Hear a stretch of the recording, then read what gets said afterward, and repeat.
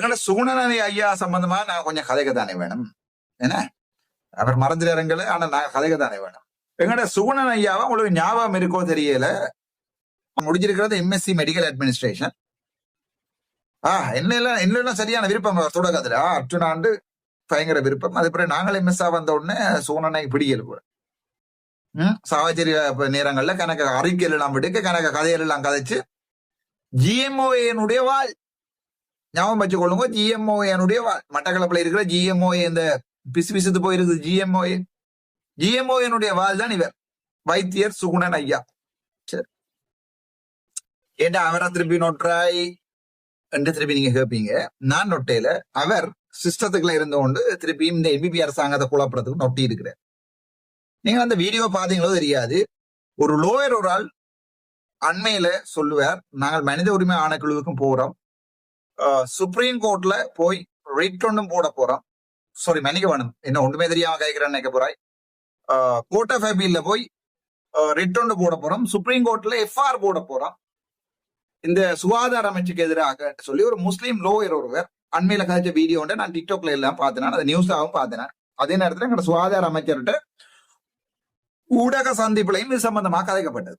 சரிதானே? அப்ப அதுக்கு அவர் என்ன பதில் சொன்னவர் என்ற சம்பந்தமா விவாதிப்போம். அந்த லோயர் சொல்றாரு என்றால், முஸ்லீம் பொம்பளை பிள்ளைகளுக்கு ஃபுல் ஸ்லீவ் ஷர்ட் போட்டு தன்னுடைய தலையை மூடி, முகத்தை மூடி, கண் மட்டும் தெரியற மாதிரி இல்ல, ஃபுல்லா தலையை மூடி முகத்தை மட்டும் தெரியத்தக்கனையாக ஹபாயா நினைக்கிறேன், எனக்கு தெரியாது, மன்னிச்சு கொள்ளுங்க முஸ்லீம் சமூகம், எனக்கு அந்த பேர் சரியா பரதாவா ஹபாயாவா எனக்கு தெரியாது, அது என்ன பேர் எனக்கு தெரியாது. தெரிஞ்சா சொல்லுவேன் தானே. கீழே பிஜாமா போட்டு அதுக்கு மேல அந்த சட்டையை போட்டு பாவாடையை போட்டு கீழே பிஜாமா போடுறதுக்கு அனுமதி இருக்கா இல்லையா என்றுதான் இப்ப இவருடைய பிரச்சனை. அதுல நான் நேர காணையில, பட் அதுல அந்த லோயர் சொல்றதே ஒளிப்பதிவை நான் பார்த்தேன்னா, அந்த பொம்பளை பிள்ளைகள் 8-10 பேரை வேற ஆபீஸுக்குள்ள கூப்பிட்டு போன் எல்லாத்தையும் பறைச்சிட்டு விரட்டி அனுப்பி இருக்கிறார் என்கிற கதையும் நான் பார்த்தேன். கல்முனை வடக்கு வைத்தியசாலை நினைக்கிறேன், கல்முனை நோர்த் கெஸ்ஸோ வைத்தியசாலை அத்தியட்சகர் MS சுகுணன் ஐயா அவர்கள் செய்த கூத்து. இது தொடர்பாக அந்த சமூகம் இதை வீடியோ டாக்டர் இதை பற்றி கதைங்கன்னு சொல்லி நேற்று ஒரு கமெண்ட் வந்திருந்தேன். நான் கதைக்கு தான் எடுத்திருந்தேன், பட் உங்க கூச்சாட பிரச்சனை போற வழியா நான் இதை ஆறுதலா கதைப்ப மட்டும் போட்டு இதை நான் கதைக்கிறேன். சோ நீங்களும் MS தானே, நீங்களும் ஒரு வீடியோ ஒன்று போடலாமே சம்பந்தமாக கணக்கு பேர் எனக்கு எடுக்கு முஸ்லிம்ஸ் நண்பர்கள் அவர்கள் எல்லாம் எடுத்து, என்னடா அவன் விளையாடுறான், அந்த பிள்ளைகள் 8 பேர் அது மைனஸ் ஸ்டாஃபுக்கு இப்பதான் அப்பாயின்மெண்ட் கிடைச்சு போயிருக்குது, என்ன இவர் வந்து புதுசா கூத்தடிக்கிறாரு. சுகுணனுக்கு இன்றைக்கு நேற்றைக்கு இல்ல, காலத்துக்கு முன்னாடியே அந்த கூத்தடிக்கிற குணம் இருக்கு. வைத்தியர் சுகுணன் அவர்களுக்கு இன்றைக்கு நேற்றைக்கு இல்ல, காலத்துக்கு முன்னாலேயே அந்த தான் நடந்து வரைகள்ல படியப்பா நடந்து வர மாதிரி வீடியோக்கள் போடுறது உங்களுக்கு ஞாபகம் இருக்கோ தெரியல. அந்த படங்கள்ல நடிச்ச மாதிரி வைத்தியர் மாதிரி ஸ்டெத்தை போட்டுக்கொண்டு இவர் காரை விட்டு ரங்குவார், பின்னால பல பேர் அப்படி வெள்ள பட உடுப்போடு அப்படி கனவேர் ரங்கி வர மாதிரி. நீங்கள் அந்த வீடியோக்களை பாத்தீங்கன்னா எனக்கு லாங் டேர்ம் மெமரி கொஞ்சம் கூட இருக்கிறபடி அந்த வீடியோக்கள் ஞாபகம் இருக்குது. இந்த மட்டக்களப்பில் எடுத்த படம் ஒன்றுல இவர் ஆக்டரா நடிச்சிருப்பேன். சரிதான், அந்த ஆக்டரா நடிக்கிறதையிலேயே இவர் வைத்தியத்துறையில இப்ப காட்டுறாரு. காலங்காலமா காட்டிக்கொண்டு அந்த நேரத்துல ராணில் அப்படி இப்படி ராணில் சப்போர்ட் இவர் பேர் இருந்து, இவர் நினைச்சா தூக்குவார், நினைச்சா இருத்துவார், அப்படிலாம் இருந்தது. இவர் தான் இந்த சுகுணன், வைத்தியர் சுகுணன். இப்ப நான் நினைக்கிறேன் இங்க ஒரு ஹாஸ்பிட்டல் கல்முனை வடக்கு வைத்தியசாலை MS இருக்கிறார். சரி, டாபிக் என்ன இப்ப முதலாவது சுகுணனை பற்றி உங்களுக்கு இன்ட்ரடக்ஷன் தந்துடு. ரெண்டாவது இவர் அடிச்ச கூத்த உங்களுக்கு சொல்றேன் படிவா. அண்மையில SKSக்கு அப்பாயின்மெண்ட் கொடுக்கப்பட்டது, சகாய காரிய சேவகையோ அல்லது வந்து தாதிய உதவியாளர்களுக்கு அப்பாயின்மெண்ட் கொடுக்கப்பட்டது. அதுக்கு NPP அரசாங்கம் மேர தட்டி கொள்ளுது. 93,000 அப்ளிகேஷன் வந்து அதுல 1,900 பேருக்கு நாங்க மார்க்ஸ் போட்டு இன்டர்வியூலாம் வேலை கொடுத்தினாங்க. யாருக்குமே அரசியல் ரீதியா அவர் கைகாட்டுறவர் இவர் கைகாட்டுறவருக்கு அப்பாயின்மெண்ட் கொடுபடையில ரெண்டு சுகாதார அமைச்சு மேர தட்டி கொள்ளுது. அதுல ஒரு கவலை பெரிய கூடிய விடயம் என்னன்னா, வடக்கு மாநிலத்துல 170 பேரை வேலைக்கு எடுத்து வேலையை கொடுத்து வேலையை நிப்பாட்டி அதுக்கு வாக்குறுதி கொடுத்திருந்தார் அவர்களுக்கு நியாயம் கிடைக்கும். அதுல 16 பேருக்கு தான் வேலை கிடைக்கும்.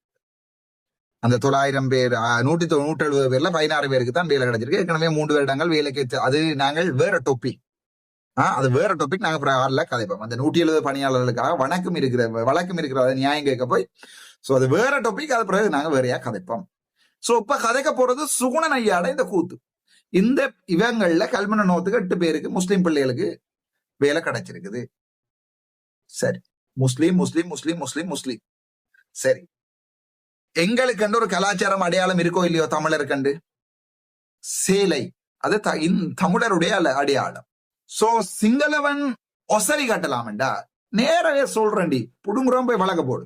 சிங்களவன் ஒசரிய கட்டி கொண்டு போய் வைத்தியசாலையல்ல நிக்கலும் என்றால், சிங்களவன் தமிழன் சாரிய கட்டி கொண்டு போய் வைத்தியசாலையில வேலை செய்யலாம் என்றால், முஸ்லிம்கள் அடையாளம் தெரியக்கூடிய வகையில திரும்ப தமிழ்ல சொல்றவங்களுக்கு நாளைக்கு அதே மாதிரி முழுக்க மூடி கண் மட்டும் தெரிஞ்சவனுக்கு யாராவது வந்து சும்மா ஊசியால ஊத்தி விட ஓடிடுவார், கண்டுபிடிக்கலாது. பொம்பளை ஆம்பளையானது கண்டுபிடிக்கலாது தானே, அமர்த்தி பார்த்து தான் கண்டுபிடிக்கணும். சோ அதுவும் பிராக்டிகல் இல்லை.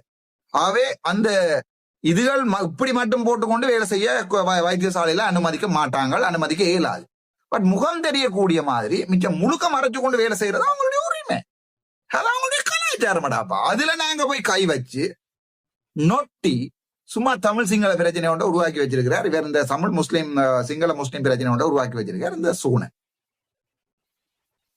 ஓகே, நீங்க எல்லாம் கேட்பீங்க டாக்டர் ட்ரெஸ் கோட் ஒன்று இருக்கு தானே?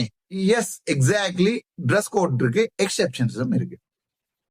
பிரெக்னண்டா இருந்தால் நர்சிங் யூனிஃபார்ம் போட தேவையில்லை, பிரெக்னன்ட் யூனிஃபார்ம் விட வேலை செய்யலாம். That is exception. நோ, முஸ்லிம் தமிழ் மக்களாக இருந்தால் நான் சாரியை கட்டி கொண்டு தான் வேலை போறேன், வெள்ள சாரியை கட்டி கொண்டு வேலை செய்யணும் விடுவாங்க வைத்தியசாலைகள், அதுவும் எக்ஸெப்ஷன். முஸ்லிம் மக்களாக இருந்தால் அவர்களுடைய தலைமையில மறைக்கிறதுக்கு அவர்கள் இதை போட்டு ஃபுல் ஸ்லீவ் உடுப்பு போட்டு கீழே ஒரு பிஜாமாவோ அந்த நீள காய்ச்சட்ட மாதிரி போட்டு அதுக்கு மேல பாவாடையை போட்டு வேலை செய்யறதுக்கு they have the complete rights, right? அவங்களுக்கு 100% உரிமை இருக்கு. அதுல எந்த சுகுணன் இல்லை, எந்த பன்னிகளும் இருக்குதா சுகுணன் தலை போடலாம், நீங்க வேணும்னா எந்த பன்னிகளும் அந்த அடிப்படை உரிமைகள்ல கை வைக்க இயலாது. எனக்கு என்னுடைய மதத்தை என்னுடைய அடையாளத்தை பின்பற்றதுக்கு உரிமை இருக்கு. இப்ப மெடிக்கல் எதிக்ஸ் என்ன சொல்லுது என்றால், இப்ப சேக்குலர் சொல்லுது இப்படிதான் யூனிஃபார்ம் உண்டு, ஆனா அதற்காக ஒரு முஸ்லீம் உள்ள பிள்ளைய வந்து தலைமையெல்லாம் தெரிய தக்கனையா வந்து வேலை செய்யணும் நான் வைபோஸ் பண்ண இயலாது. பிள்ளை 100% பிள்ளைண்டா பிள்ளைகிட்ட சொல்றதுக்கு ராமநாதன் அர்ச்சுனாக மட்டும்தானா முதுகெலும் பண்ண சாமான் கடவுள் தேவைக்கு அதிகமா படைச்சிருக்கிறார். அது 100% பிள்ளை. அந்த பிள்ளைகள் தங்களுக்கு விருப்பமான உடுப்பலோட தான் வேலை செய்யும். அதுல எந்த ஆணியும் எவனுமே போய் கை வைக்கலாம். சுப்ரீம் கோர்ட்டுக்கு போனாலும் கிளியும் வேணுமெண்டா போய் பாருங்கடி. The Pioneer News website is based in Sri Lanka. The Pioneer News website is based in Sri Lanka. The Pioneer News website is based in Sri Lanka. The Pioneer News website is based in Sri Lanka. The Pioneer